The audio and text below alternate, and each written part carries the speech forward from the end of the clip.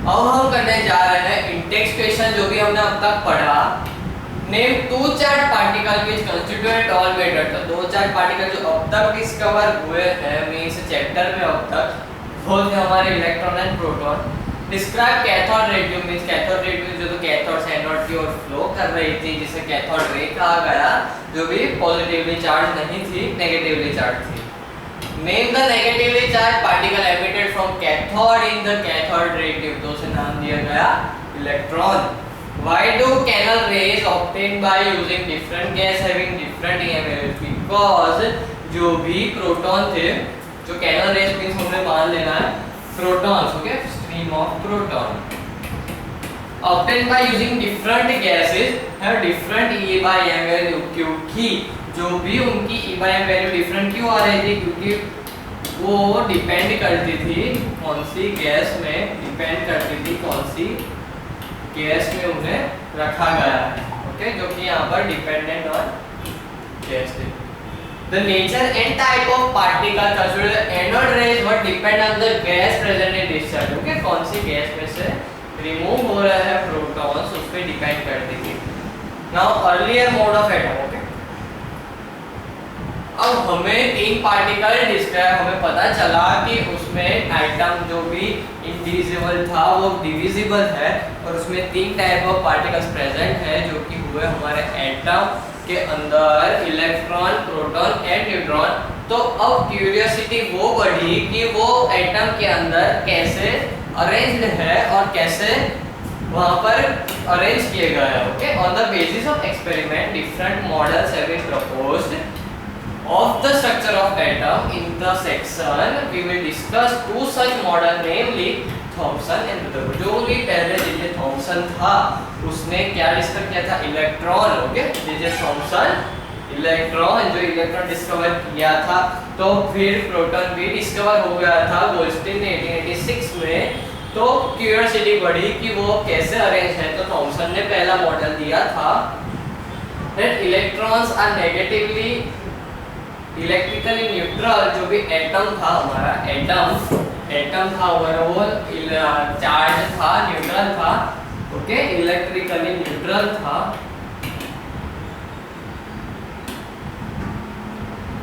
Electrically neutral था तो और उसमें क्या हो रहा था? बैलेंस हो रहा था, बैलेंसिंग पार्टिकल्स थे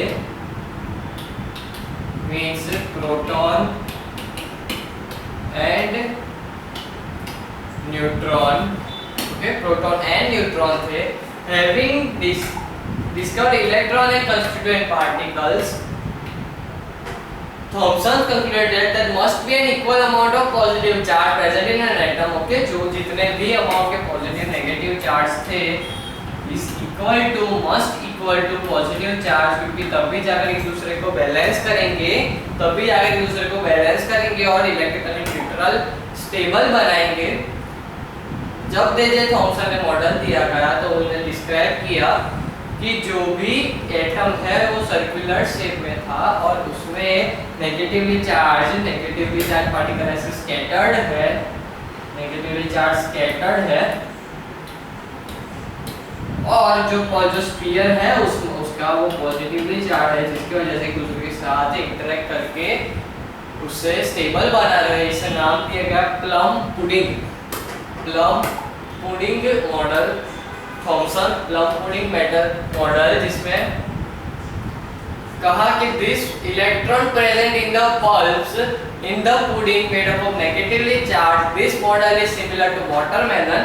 वाटरमेलन की तरह भी उसे डिस्क्राइब किया गया क्योंकि जो नेगेटिवली चार्ज है वो उसके सीड्स है, जो उसके सीड्स है और जो रेड कलर का होता है वो प्रोटॉन कहा गया, जो भी पॉजिटिवली चार्ज है। Positive charge and the seed denote the electrons. however you may note that watermelon has large amount of seeds whereas atom may not have as many electrons। जितने अमाउंट के seed हमने देखा कि बहुत सारे seeds होते हैं उसी तरह इलेक्ट्रॉन उतने ज्यादा अमाउंट में प्रेजेंट नहीं होते, ओके। इसलिए कहा गया प्लम पुडिंग मॉडल। अब नेक्स्ट जो साइंटिस्ट थे जिसने जो स्ट्रक्चर ऑफ एटम को डिस्क्राइब किया वो था Rutherford. Rutherford model means Ernest Rutherford थे और उसके को-वर्कर्स मींस उनके स्टूडेंट्स। ओके, स्टूडेंट्स थे वो वर्किंग कर रहे थे रेडियो एक्टिविटी पर। They were studying the effect of alpha particle on matter means जो अल्फा गैस थी यहाँ पर अल्फा, ओह माय गॉड,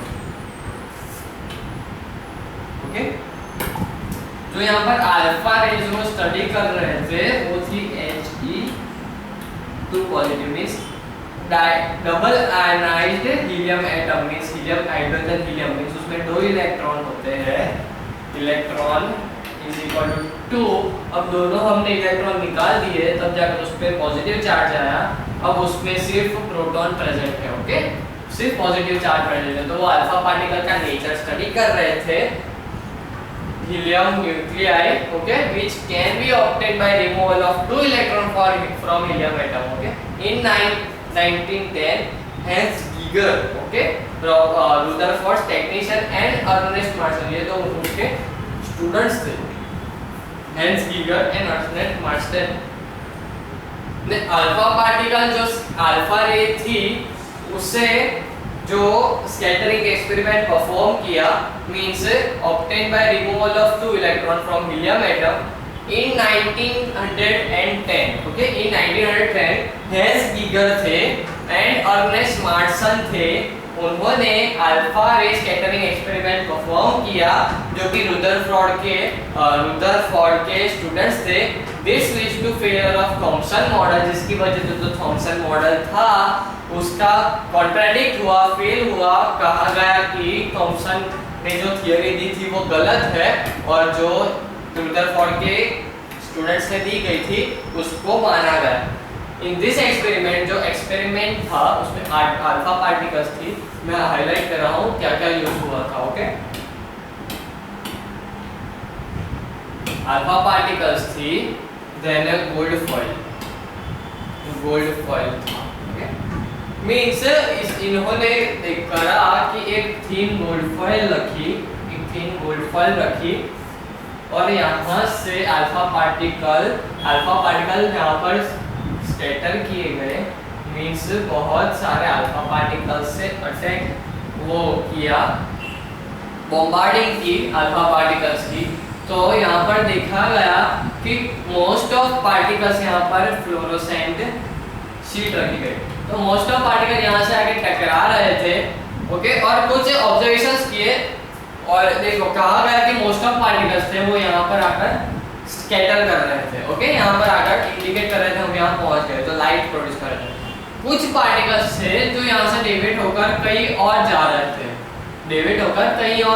थे, ओके, और 20,000 में से कोई एक पार्टिकल कंप्लीटली 180 डिग्री का डेविएशन दे रहा था। मींस यहाँ से आया और यहाँ पर ही वापस चला गया, कंप्लीटली 180 डिग्री का डिफ्लेक्शन दे रहे थे।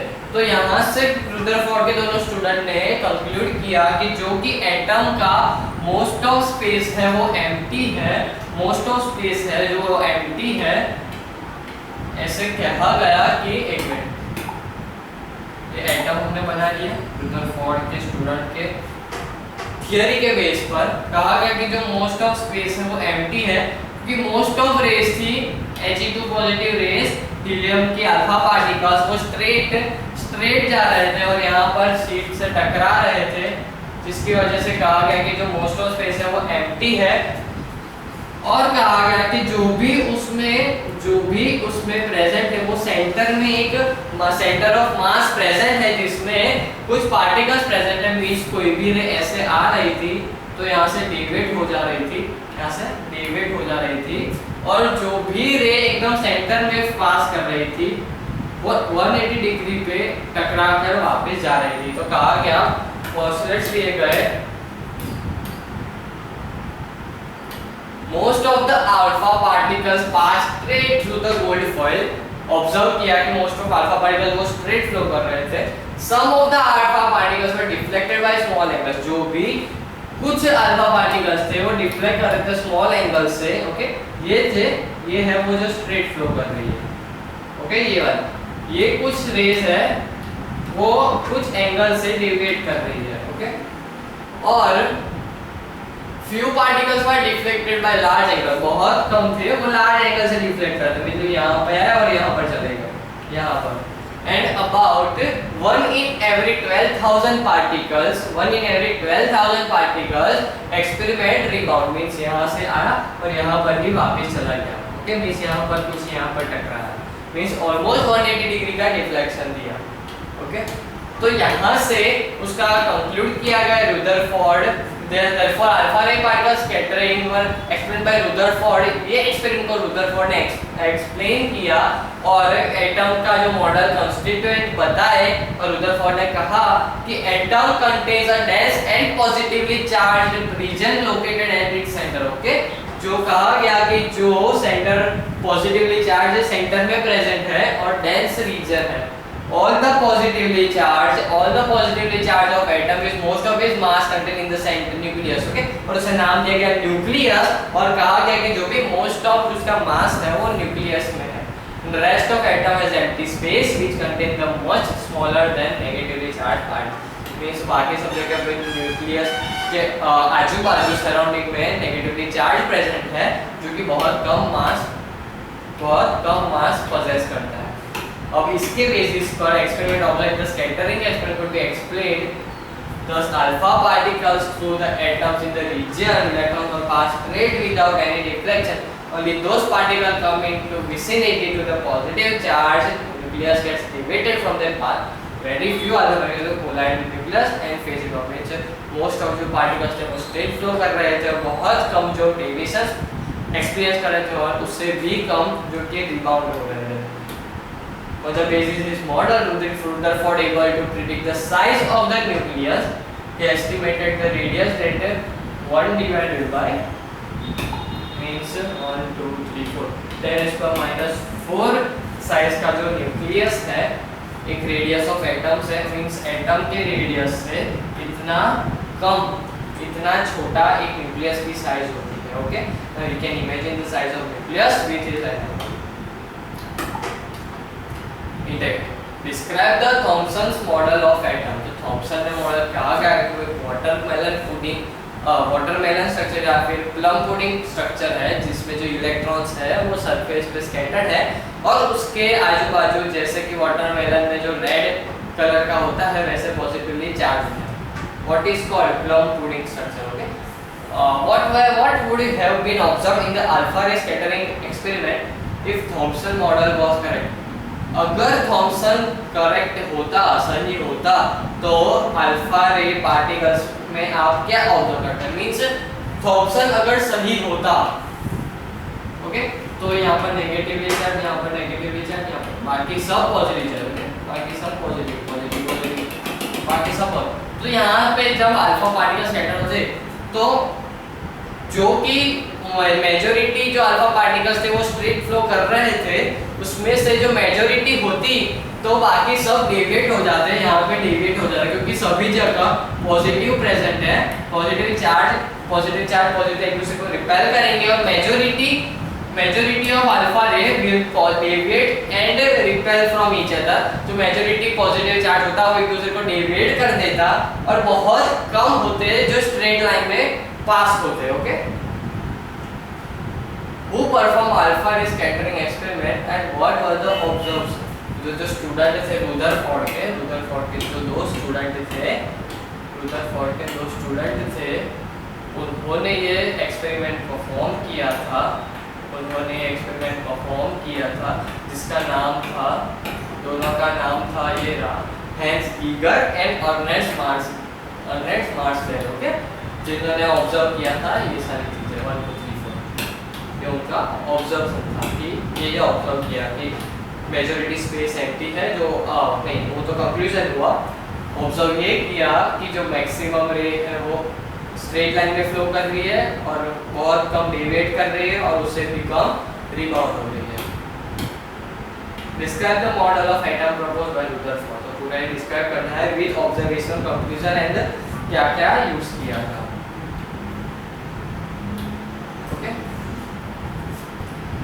अब नेक्स्ट टॉपिक हम पढ़ने जा रहे हैं जो कि रुदरफोर्ड था, जो कि रुदरफोर्ड ने जो भी अपनी थियरी दी कि on the basis of the experiment of their student, उसके स्टूडेंट के एक्सपेरिमेंट पर जो भी थियरी दी कि एटम की मोस्ट ऑफ स्पेस खाली है और सेंटर ऑफ मास में प्रेजेंट है electron proton, means basically Rutherford ने क्या डिफाइन किया कि एक एटम है, उसकी सेंटर पे एक पॉजिटिव चार्ज प्रेजेंट है और जो नेगेटिव चार्ज है वो सराउंडिंग में प्रेजेंट है और वहां पर वो मूव कर रहा है। ये डिफाइन किया रुदरफोर्ड ने अपने स्टूडेंट के एक्सपेरिमेंट पर।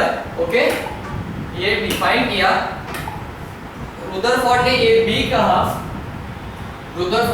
भी कहा कि जो इलेक्ट्रॉन्स है वो electrons revolves around the nucleus and lose energy, okay, and lose energy। लेकिन जब हम मैक्सवेल एक साइंटिस्ट है जिसने मैग्नेटिक थियरी दी, उसने कहा कि अगर कोई सब एटॉमिक पार्टिकल एनर्जी रिलीज नहीं करता,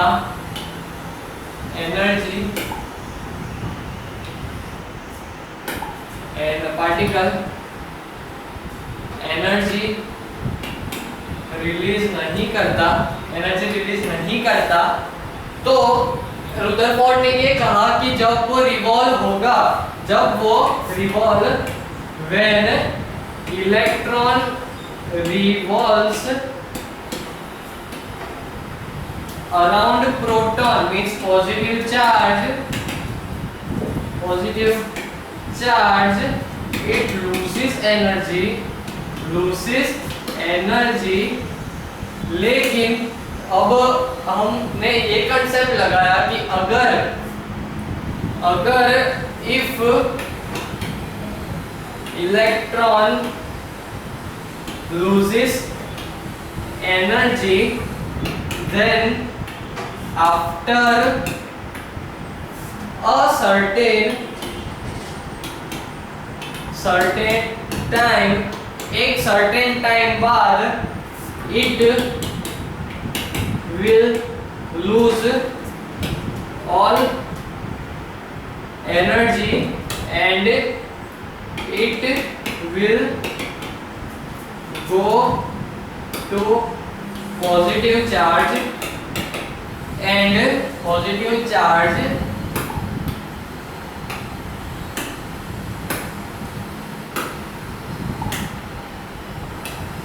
it will go to positive charge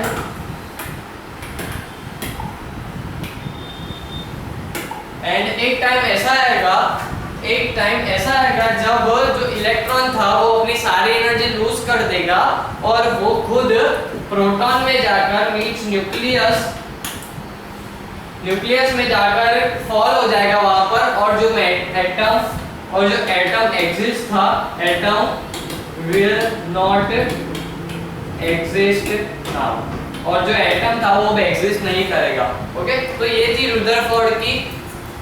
Rutherford ने ये भी थियरी दी थी कि जो इलेक्ट्रॉन रिवॉल्व कर रहा है वो धीरे धीरे अपनी एनर्जी लूज करेगा, लेकिन कोई पार्टिकल अपनी एनर्जी लूज कर रहा है तो कुछ टाइम बाद उसकी एनर्जी खत्म हो जाएगी और वो एक दिन एग्जिस्ट फिर नहीं करेगा। लेकिन हमने देखा कि सभी पार्टिकल एटम्स के बने हैं, तो ये जो पेन है उसके एटम्स भी, इलेक्ट्रॉन्स भी एनर्जी लूज करेंगे और एक दिन बाद ये भी अपनी एनर्जी लूज करेगा और ये फिर एग्जिस्ट ही नहीं करेगा। लेकिन हमें पता है ये तो अभी एग्जिस्ट ही करेगा, इसकी एनर्जी लूज नहीं करेंगे। ओके, तो ये अब तब तक रहेगा जब तक मैं इसे ना तोड़ूं या डिस्ट्रॉय ना करूं। तो ये एनर्जी, ये थियरी उसकी ड्रॉबैक्स कहलाई, ये पूरी थियरी कहलाई ड्रॉबैक ऑफ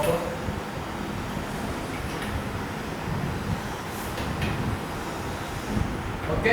ये पूरी थियरी रुदरफोर्ड की ड्रॉबैक कहलाई, जिसकी वजह से उसका जो स्ट्रक्चर था वो बहुत ज्यादा टाइम तक माना नहीं गया। ओके, तो नेक्स्ट फिर आए हमारे, हम देखेंगे यहाँ पर लिखा है if charged particle accelerate around the charged particle then it would continuously lose energy in form of radiation.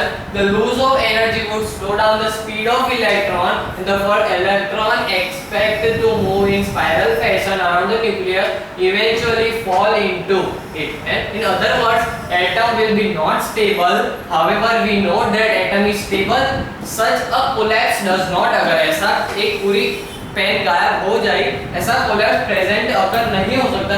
Thus Rutherford model is unable to explain the stability of atom। Means उसने स्ट्रक्चर तो सही बताया, structure as a define किया वो सही था, माना गया, लेकिन जो स्टेबिलिटी की उसने थियरी दी कि स्टेबल एटम कैसे रहता है, वो स्टेबिलिटी उसे कहीं करेक्ट वे में एक्सप्लेन नहीं कर पाया।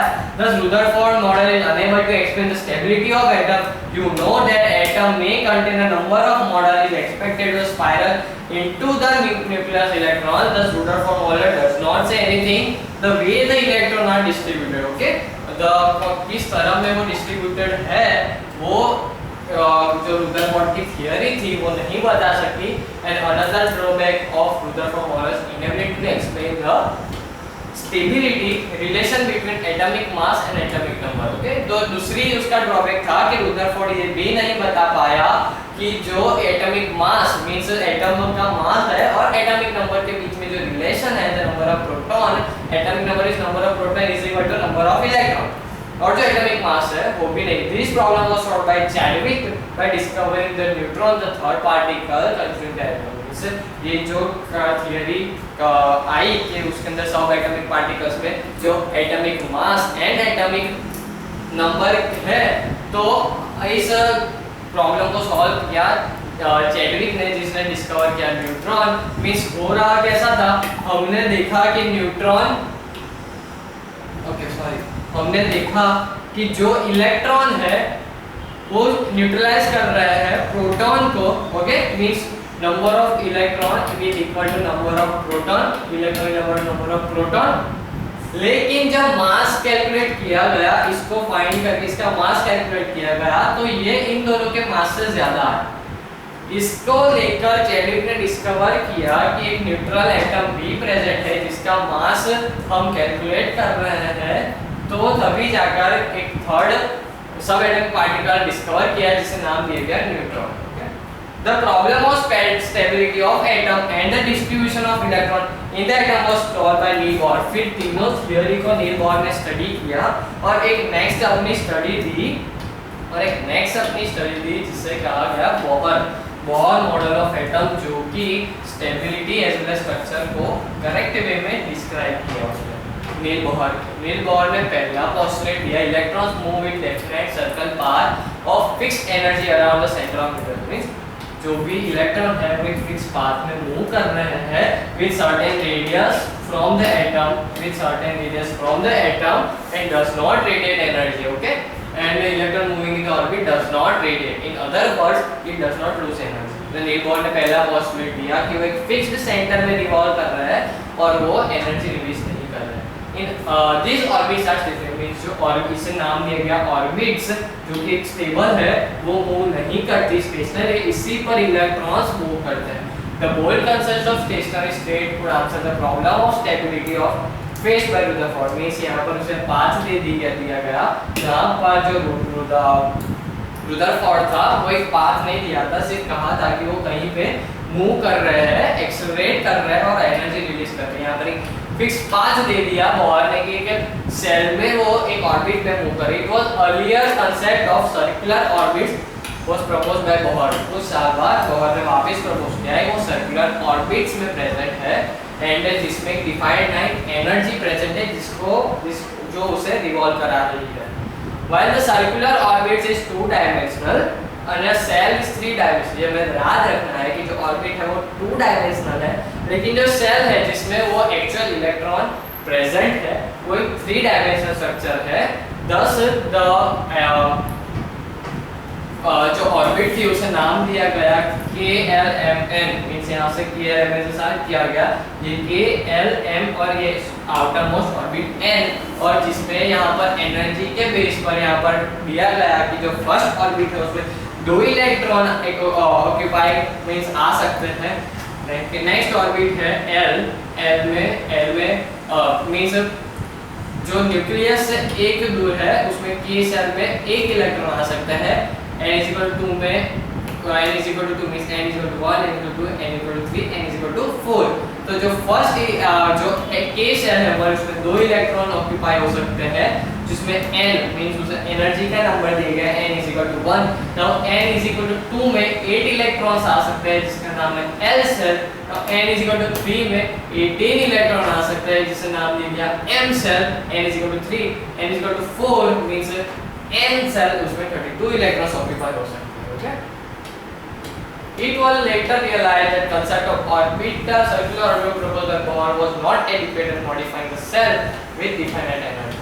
हमने पढ़ा कि means further the maximum number of electron that can be accommodated in each cell is given by 2n²। यहाँ पर फॉर्मूला दिया गया है 2n², जिसकी हेल्प से n मींस यहाँ पर ऑर्बिट है कि कौन से ऑर्बिट में कितने इलेक्ट्रॉन ऑक्यूपाई हो सकते हैं। ओके, मींस हम बात करते हैं n=1 की, तो 2 1 का स्क्वायर मींस 2। ओके, यहाँ पर 1 हो जाएगा, 2 1 2, where n=2 हम ले तो 2 स्क्वायर मींस 2 का स्क्वायर 4, तो 2 × 4 = 8। तो सेकंड में हुआ हमारा 8। तो इसकी तरह से हम एनर्जी और stability of electron and the shell, उन तीनों का कंसेप्ट बोहर ने पोस्टुलेट 1 में क्लियर किया। Okay, postulate 2, electron can change its shell और एनर्जी बाय एब्सॉर्बिंग और रिलीजिंग। जो इलेक्ट्रॉन यहाँ पर इलेक्ट्रॉन है वो एनर्जी लेकर या फिर एनर्जी देकर अपनी स्टेबिलिटी मेंटेन करते हैं। Okay, at lower state of energy E1 can go to final higher energy F2 by absorbing a single photon of energy given below। means E is हमें पता है E is equal to h nu E final minus E initial। means final minus initial हम minus करेंगे। अगर E final उसकी जो final energy थी वो और E इनिशियल मींस जो मिनिमम एनर्जी उसके पहले थी इनिशियल में, जो वो उसे माइनस करेंगे तो हम कह सकते हैं कि उसने कितनी एनर्जी एब्जॉर्ब की। Okay. Similar way, electron changes cell from higher initial energy to lower E final, the single photon is released। means अब पहले E final minus E initial कर रहे थे तो हमें कितनी एनर्जी एब्जॉर्ब की वो मिल रही थी। अब जब हम E initial minus E final करेंगे तो हमें मिलेगी कितनी एनर्जी, अब उतनी ही एनर्जी वो रिलीज करेगा जब वो इनिशियल स्टेट में वापस आएगा। ओके, अब हम थोड़े इंडेक्स क्वेश्चन करते हैं। गिव एनी 2 ड्रॉबैक्स और रदरफोर्ड, मींस वो स्ट्रक्चर का और दूसरा स्टेबिलिटी का, जो हमने पूरा ड्रॉबैक्स पढ़ा। मींस ये पूरे ड्रॉबैक्स हो गए Rutherford. State the postulates of Bohr model, means यहाँ पर 2 पोस्टुलेट दिए गए हैं। पोस्टुलेट 2 एनर्जी वाला कि वो एनर्जी रिलीज और गेन कर सकता है, और पोस्टुलेट 1 जो कि उसका था प्रोटॉन का स्टेबिलिटी का, मतलब पूरा एटम की स्टेबिलिटी का। How does Bohr model of atom cannot explain the stability of model? क्योंकि बोहर का जो इलेक्ट्रॉन था वो यहाँ पर कहा था उसने कि वो एनर्जी ले सकता है और एनर्जी दे सकता है। ओके, जो Bohr How does Bohr model of atom explain the stability of atom? जो एनर्जी दे सकता है और ले सकता है और वो एक फिक्स्ड सेल में सब सेल में प्रेजेंट होता है, जिसकी वजह से वो एनर्जी रेडिएट तो नहीं करता लेकिन एक्स्ट्रा अमाउंट ऑफ एनर्जी जो ली थी उसने वो जरूर रेडिएट कर सकता है, जिसकी वजह से वो एक स्टेबल एनर्जी में कांस्टेंट रह सकता है। और ये पूरा पोस्टुलेट 1 और 2 उसने बोहर ने एक्सप्लेन किया stability of atom. Thus Bohr model atom removes 2 of the limitations of Rutherford। yes, उसने limitations को निकाला Rutherford की। Thus related stability of atom and the distribution of electron around the nucleus, you can recall the third limitation of Rutherford।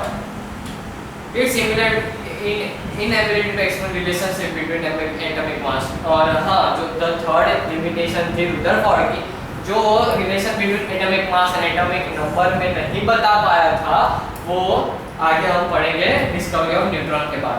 Discovery of neutron जो James Chadwick ने की थी 1932 में, was found electrically neutron named neutron. Neutrons are present in the nuclei of all electron except hydrogen. Okay, क्योंकि hydrogen में क्या होता है, 2 electron and 2 proton, that's it.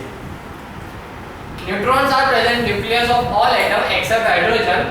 Neutrons are represented as n and formed to have mass slightly higher than a proton. Means सबसे कम electron का, उससे ज्यादा proton का, उससे ज्यादा न्यूट्रॉन का. Thus mass ratio of helium to hydrogen is 4:1 because उसमें neutron present है, जिसकी वजह से हाइड्रोजन से मास में हीलियम में 4 टाइम्स ज्यादा मास बढ़ जाता है. तो लेट्स सी द ये हमें सारी वैल्यूज याद रखनी है. मींस इलेक्ट्रॉन की सिंबल E, उसका मास हो गया 9 × 10⁻31 kg, okay, in kg, and actual charge है 1.6 × 10⁻19 in coulombs and relative charge -1. Now next is proton, जिसका चार्ज है सेम टू मास हो गया 1.6 × 10⁻27 kg. ये 1 2 3 4 10⁻4 कम है सिर्फ, ओके. मास हो गया उसका 1 ज्यादा हो गया, यहाँ पर -51 था, यहाँ पर -27 है. माइनस में कम वैल्यू में से बड़ा है, मींस 1.6 × 10⁻27. प्रोटॉन का चार्ज इलेक्ट्रॉन के इक्वल भी होता है 1.6 × 10⁻20 और यहाँ पर +1. बात करते हैं न्यूट्रॉन की. तो न्यूट्रॉन का मास है 1.6 × 10⁻20, सेम सिर्फ थोड़ा सा ज्यादा है, यहाँ पर 623 है, 72623, यहाँ पर 74928 है. थोड़ा सा हल्का सा ज्यादा है न्यूट्रॉन का मास प्रोटॉन से. यहाँ पर एक्चुअल चार्ज होता है neutral, that means 0 and relative is 0 charge. What is neutron and where is it located in the atom? Neutron in neutral charge present in the nucleus. Okay, how many neutrons are present in alpha particles? Means alpha particle की जब हम बात करते हैं alpha particle की, तो उसमें होता है He2 पॉजिटिव, ओके, उसमें 2 इलेक्ट्रॉन होते हैं, 2 न्यूट्रॉन्स प्रेजेंट होते हैं. Okay, how will you distinguish between the electron and proton? तो ये रहा डिफरेंस. तो इसका मास ये आए तो ये इलेक्ट्रॉन है, और चार्ज से हम भी डिस्टिंग्विश कर सकते हैं कि पॉजिटिव चार्ज है नेगेटिव. अब हम बात करते हैं एटॉमिक नंबर है एटॉमिक मास के. ओके, तो एटॉमिक नंबर को हम रिप्रेजेंट करते हैं Z से. एटॉमिक नंबर को रिप्रेजेंट करते हैं हम Z से कि कितने atomic number means number of electron plus is equal to number of proton is equal to atomic number.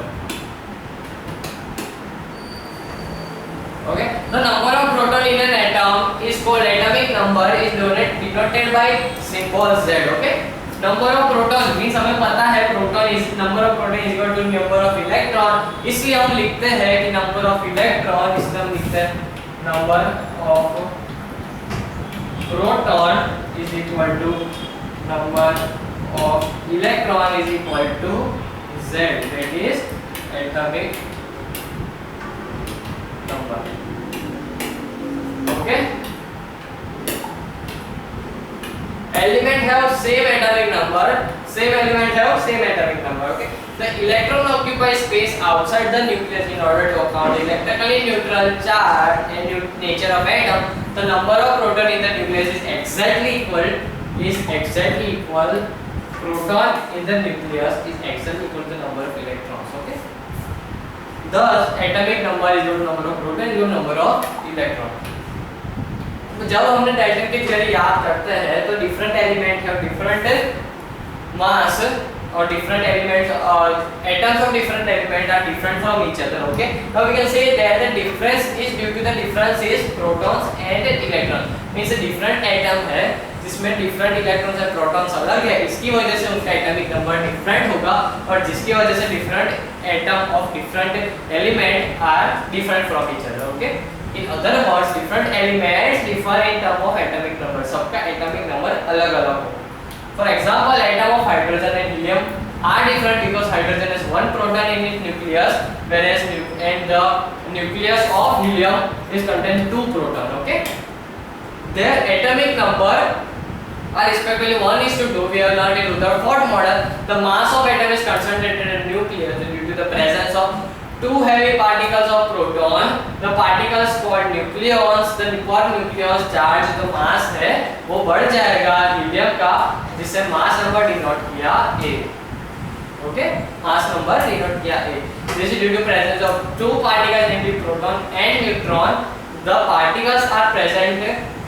These particles are nucleons. Nucleus के अंदर इसलिए नाम दिया nucleons. This denoted by A. It is equal to the total number of proton and neutron. Total number of it is equal to the total number of proton and neutron present in the nucleus of an element. Okay, means mass number हो गया number of proton plus number of neutrons हमारा. तो हमें दो चीज याद रखनी है, atomic number is equal to number of proton और is equal to number of electron, but mass number is number of proton plus number of electron. Okay, तो यहाँ पर डिनोट किया गया x मींस कोई भी एलिमेंट का सिंबल है और z आ गया नीचे और a हो गया ऊपर. नीचे यहाँ पर ऊपर मास नंबर होगा, नीचे एटॉमिक नंबर होगा. अब कार्बन की जब हम बात करें तो हमें पता है कार्बन के टोटल इलेक्ट्रॉन्स जो मास नंबर है वो हो गया 12 और जो टोटल एटॉमिक नंबर है वो हो गया 6. ओके, और यहाँ पर एग्जांपल दिया ही गया है. तो मेरा कार्बन है atomic number 6 and mass number 12. तो यहाँ से हम कोई भी एलिमेंट का ऐसे लिख सकते हैं. और जब हम बात करते हैं अब एटॉमिक मास कैलकुलेट करने की, ओके, तो हमें रिलेशन दिया गया है कि number of proton is equal to number of electron is equal to 6. अब मास नंबर फाइंड करना है तो number of proton. Okay, means हमारा हो गया मास नंबर. हमें पता है कार्बन का मास है 12 और हमें पता है atomic mass is equal to number of proton minus number of neutron. Okay, तो हमें नंबर ऑफ प्रोटॉन भी पता है 6 माइनस न्यूट्रॉन, तो 12 माइनस 6 तो 6 हो गए उसमें न्यूट्रॉन्स. तो number of neutrons is equal to 6. Agree? तो सभी इक्वल हो गए कार्बन में 6 6 6. Okay, the sodium atom have atomic mass. और एक इंडेक्स क्वेश्चन है, the sodium atom has atomic number Z दिया गया हमें 11. Means Z is equal to number of proton is equal to number of electron. Okay, and mass number is equal to 23. A is equal to 23.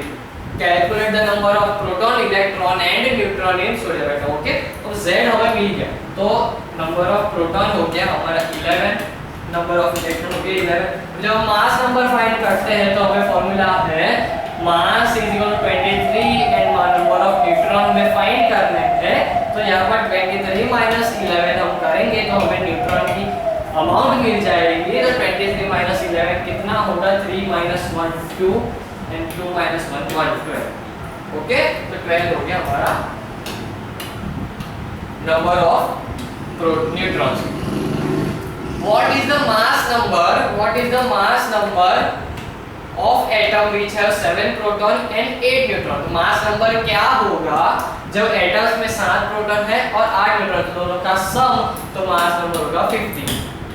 Okay, calculate the number of electron, proton and neutron in argon 40 and 18 and potassium 49 and 19. Okay, तो हम दोनों का find कर लेते हैं एक दूसरे के बाद वन बाय वन. अब है हमारा argon 18 and 40 and next is potassium 19 and 49. Okay, तो हमें फाइंड करना है तीनों. अब यहाँ पर 18 दे दिया, मींस यहाँ पर 18 नंबर ऑफ, यहाँ पर लिख दे इलेक्ट्रॉन प्रोटॉन. ओके, दोनों यहाँ पर हो गए. यहाँ पर 19 होगा इलेक्ट्रॉन, 19 होगा प्रोटॉन. अब जब हम बात करते हैं मास नंबर की, तो मास हो गया हमारा 40. मास है हमारा 40 minus number of 40 minus number of proton, तो हमें मास नंबर ऑफ न्यूट्रॉन मिल जाएंगे. तो नंबर ऑफ प्रोटॉन है हमारा 40 माइनस 18. तो यहाँ पर 40 minus 18 means 10. 40 minus 18 means 22. Okay, 22 यहाँ पर हो गया नंबर ऑफ न्यूट्रॉन्स. और जब हम बात करते हैं पोटेशियम की, तो हो गया 49 माइनस 19, तो हमारा हो जाएगा 0 एंड 30. हमारा हो गया नंबर ऑफ न्यूट्रॉन.